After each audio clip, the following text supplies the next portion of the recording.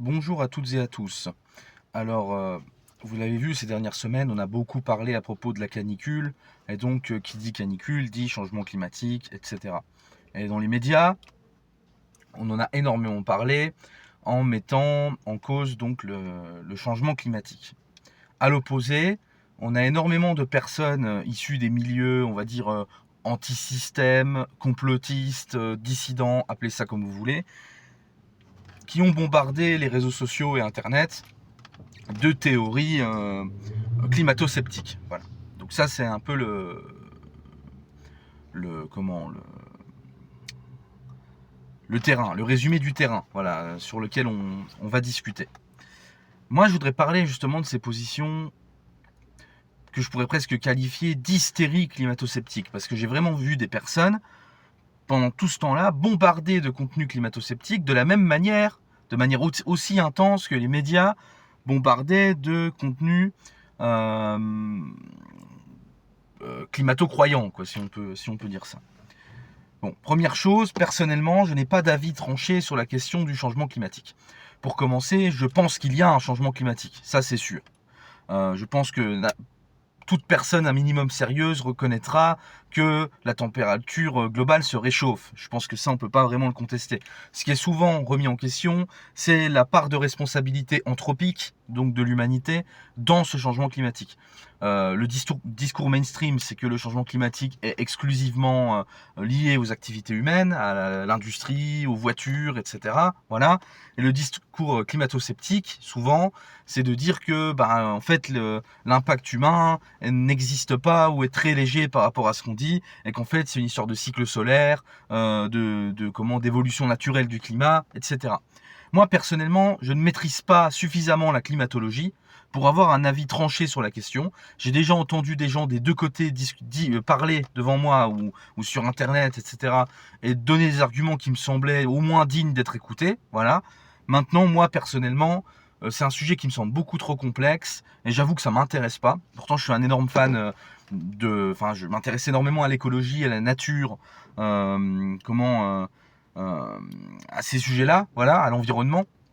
Mais moi, je m'intéresse plutôt au niveau plus concret. C'est-à-dire, je vais m'intéresser aux espèces, aux habitats, voilà. Je vais m'intéresser à la faune, à la flore, voilà. Je vais moins m'intéresser aux questions d'ordre macro, quoi. Je vais moins m'intéresser au climat ou à ce genre de choses parce que ça me semble abstrait et déconnecté, trop éloigné du terrain, on va dire, de la pratique pour que ça me captive. Maintenant, je reconnais que c'est très important et que les effets, par exemple, du climat ont un rapport très direct avec le terrain. Mais moi, personnellement, c'est juste que ça me parle pas. Voilà, ça m'a jamais captivé. Et si je voulais vraiment me faire un avis sur cette question, il faudrait vraiment que je lise énormément, que je regarde beaucoup de conférences. Et personnellement, je le ferai peut-être un jour, mais pour l'instant, c'est pas mon dada. Voilà.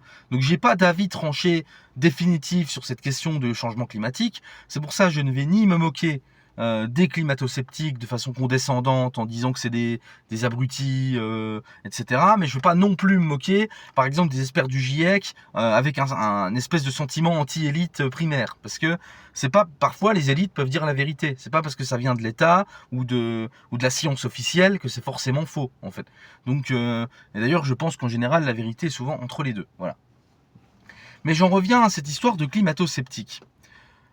Au-delà de la question de la vérité scientifique, les personnes qui défendent un discours climato-sceptique ne sont souvent pas elles-mêmes scientifiques. Donc, elles ne sont pas mieux placées que moi, finalement, pour avoir un avis. Pourtant, elles ont un avis très tranché. Et elles le partagent de manière très militante. La question que je pose, c'est dans quel but? Pourquoi les climato-sceptiques propagent ainsi leur climato-scepticisme? Qu'est-ce qu'ils essayent de prouver? Qu'est-ce qu'ils essayent de démontrer? Et qu'est-ce qu'ils cherchent à dire, en fait? Et moi, c'est là que je trouve ça inquiétant.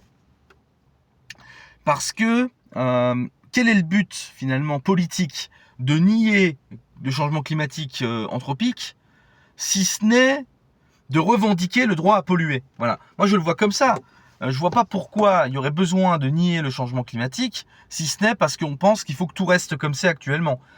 Ça voudrait dire que c'est des gens qui pensent que il y a aucun problème avec les voitures, il y a aucun problème avec les usines et qu'on peut continuer dans la surproduction, dans l'usage des énergies fossiles sans frein, etc. Et moi personnellement ce discours-là il me pose un problème parce que il y a quand même un problème. changement climatique ou non, il y a un problème de pollution qui est indéniable. La pollution, même si ça réchauffe pas le climat, admettons qu'il n'y a pas du tout de changement climatique, ça n'existe pas, ok. Mais la pollution, c'est quand même un fléau. C'est-à-dire que ça cause des maladies respiratoires, des cancers, des choses comme ça. On respire de la merde à cause de la pollution. On mange de la merde parce que ça contamine les sols. Donc on mange de la merde, on boit de la merde. Ça impacte aussi les écosystèmes, la faune, la flore. En fait, ça nique tout, la pollution. C'est de la grosse merde. Même s'il n'y a pas de changement climatique, il y a un problème de pollution et il va falloir faire quelque chose contre ça. Et la pollution, ça vient en partie des voitures, ça vient de l'industrie. Donc de toute façon, même s'il n'y avait pas de changement climatique, ça ne veut pas dire que c'est open bar et puis qu'on peut continuer à faire comme avant. Ça, il faut arrêter avec ça, en fait. Je comprends pas l'intérêt, du coup, d'être autant à cheval sur le discours climato-sceptique. Que des gens s'y intéressent, pourquoi pas. Mais on voit qu'il y a des gens, ça leur tient à cœur. Et j'ai du mal à comprendre l'intérêt de ça si c'est pas pour prôner de continuer à polluer, en fait. Alors, bien sûr que l'écologie punitive existe. L'écologie politique qui fait la morale aux prolos en leur disant que tout est de leur faute parce qu'ils prennent leur voiture le matin pour aller au travail, parce qu'ils mangent de la viande, parce que ceci, parce que cela. Et puis ça donne derrière les ZFE, ça donne la taxe carbone, ça donne la redevance incitative sur les déchets, les choses comme ça. Et donc voilà, on est une écologie qui finalement est culpabilisatrice et tournée de façon à tout mettre sur le dos des petites gens. Ça, je suis d'accord avec ça, c'est vrai. Mais ça veut pas dire qu'il faut faire l'extrême inverse. Et c'est ça le problème, c'est qu'il y a énormément de gens qui ont été tellement dégoûtés par l'écologie bobo, par l'écologie politique, par l'écologie punitive, que du coup ils en viennent à rejeter l'écologie. Ils peuvent plus voir l'écologie même en peinture. Ils veulent plus entendre parler d'écologie. Dès qu'ils entendent parler d'écologie, c'est poubelle directe. Ils jettent le bébé avec l'eau du bain. Et ça, c'est triste, parce que l'écologie, c'est important. Il faut être écolo. Moi, je suis écologiste. Ok ? Et il faut préserver notre environnement, nos écosystèmes, etc. Et c'est assez frappant de voir que ces gens-là qui défendent finalement le fait de continuer à polluer, bah bizarrement, c'est les mêmes en même temps qui hurlent au chemtrails ou qui parlent des perturbateurs endocriniens ou des microplastiques. Enfin, des microplastiques sont des perturbateurs endocriniens. Enfin, on s'est compris de tous les conservateurs, les colorants, les trucs, les machins dans la bouffe, dans les boissons, tout ça. C'est les mêmes qui vont avoir peur des vaccins, tout ça. Mais bizarrement, la pollution, ça semble pas les inquiéter. Pourtant, et quand ils critiquent tout ce qu'ils critiquent, c'est parfois à juste titre. Quand ils dénoncent l'industrie pharmaceutique, tout ça, l'agroalimentaire, le Coca, le McDo, machin, c'est à juste titre. Mais pourquoi ils sont aveugles face au problème de la pollution? C'est ça la question que je me pose. C'est que même s'il n'y a pas de changement climatique, il y a un problème de pollution. Et il va falloir le régler en changeant nos habitudes. C'est-à-dire à la fois les habitudes du peuple, mais aussi les habitudes des puissants. Effectivement, aussi les habitudes des capitalistes. Il va falloir que ça change, tout ça. De toute façon, que changement climatique ou non. Et le problème, c'est que moi, je ne vois pas quel est l'intérêt de nier le changement climatique, si ce n'est de dire qu'on peut continuer comme avant. Or, c'est faux, on ne peut pas continuer comme avant. Il va falloir arrêter, en fait. C'est ça le truc. Une fois que tout ça c'est dit. Donc moi, je suis pour qu'on ait une écologie qui ne soit pas l'écologie punitive. Par exemple, on pourrait trouver des alternatives pour lutter contre la pollution. On pourrait, par exemple, mettre en place un système ambitieux de transport en commun, avec des trajets toutes les 20 minutes, par exemple, qui relient toutes les villes de France entre elles, de manière très rapide, de sorte que ça devienne, et puis à des prix abordables évidemment, de sorte à ce que ça devienne plus rentable que la voiture, plus intéressant que la voiture. Et là, les gens d'eux-mêmes, ils abandonneront leur véhicule personnel, ou en tout cas, ils l'utiliseront moins, en fait, parce qu'on aura un système de transport en commun qui sera tellement efficace que ça sera mieux que la voiture. En fait. C'est ça qu'il faut faire, en fait. Il y a d'autres solutions, par exemple, il faut investir dans le nucléaire et dans la recherche sur le traitement des déchets, parce qu'aujourd'hui, le nucléaire, ça reste l'énergie la plus propre qu'on a. C'est mieux que les énergies fossiles. Et c'est mieux aussi que le renouvelable, parce que le renouvelable, malheureusement, ça ne produira jamais assez pour remplir les besoins de tous les habitants. Donc voilà, par exemple, voilà, le nucléaire, par exemple, voilà. Enfin, j'ai des tas d'idées, si vous voulez. Il y a plein de solutions pour lutter contre la pollution, sans avoir besoin de taper au porte-monnaie des petites gens et de leur pourrir la vie, ok? Voilà, c'est possible de faire de l'écologie sans être antisocial, en fait. Et ça, il faudrait que beaucoup de gens, notamment parmi les complotistes et tout ça, le comprennent, en fait. qu'il n'y a pas besoin de jeter le bébé avec l'eau du bain, qu'il y a moyen de trouver d'autres solutions. J'en termine avec un petit point de rhétorique. Quand vous êtes climato-sceptique, vous allez passer pour un abruti. Pas parce que vous avez forcément tort, peut-être que vous avez raison, j'en sais rien, mais parce que vous n'êtes pas un scientifique et vous allez débattre sur un terrain que vous ne maîtrisez pas, parce que vous n'avez pas de méthode scientifique, vous ne savez pas faire des recherches fiables, et vous allez fatalement dire de la merde. Vous allez fatalement citer un article à la con, vous allez fatalement citer un expert qui est complètement discrédité. Voilà, vous allez passer pour un guignol. Donc n'entrez pas sur le terrain scientifique si vous ne maîtrisez pas la méthode scientifique. Vous allez être perdant, vous allez vous ridiculiser, et après ça permettra aux médias, aux zététiciens et compagnie de dire regardez, les guignols, ils disent toujours n'importe quoi, terre plate, reptilien, machin. Vous allez vous ridiculiser, ça sert à rien. Personnellement, voilà, quand je dénonce l'écologie antisociale, l'écologie punitive, je ne dis pas qu'il n'y a pas de changement climatique. Je dis qu'il faut faire de l'écologie, mais autrement, voilà, comme je viens de l'expliquer. Ça me fait penser à un autre exemple. Le vaccin Covid. Quand il y a eu le vaccin Covid, moi je ne l'ai pas fait le vaccin Covid. Je ne suis pas vacciné. Je ne me suis pas fait vacciner contre le Covid. Mais jamais de la vie, je ne me suis prononcé contre le vaccin en lui-même. J'ai jamais dit que le vaccin était dangereux, ou qu'il y avait des effets secondaires, ou qu'il était inefficace. Ou quoi. Pourquoi ? Parce que j'en sais rien.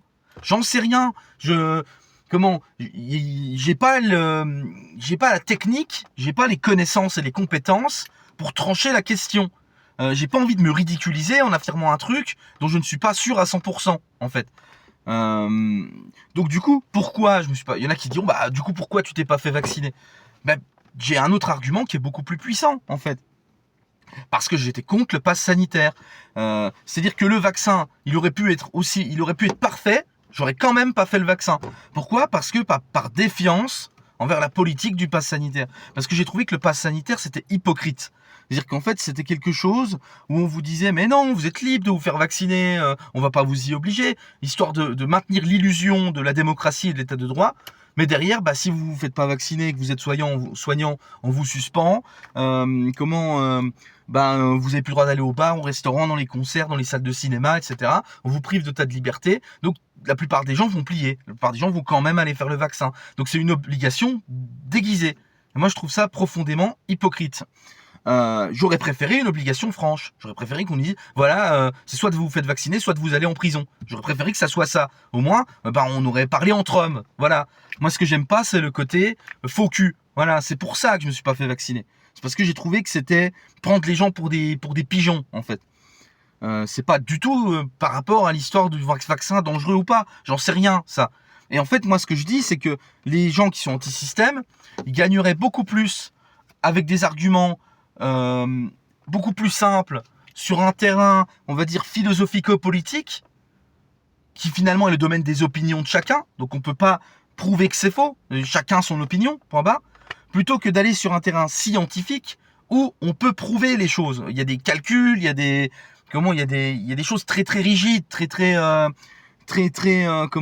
rigoureuses. C'est pas juste une opinion, la science. La science, ça se démontre avec des expériences, avec des calculs, Vous pouvez pas arriver comme ça et dire moi je pense que c'est pas comme ça, donc c'est pas comme ça. Vous pouvez pas parler comme ça sur ce terrain-là. Si vous voulez contester une politique que vous n'aimez pas, placez-vous sur le terrain des opinions politiques, philosophiques, etc.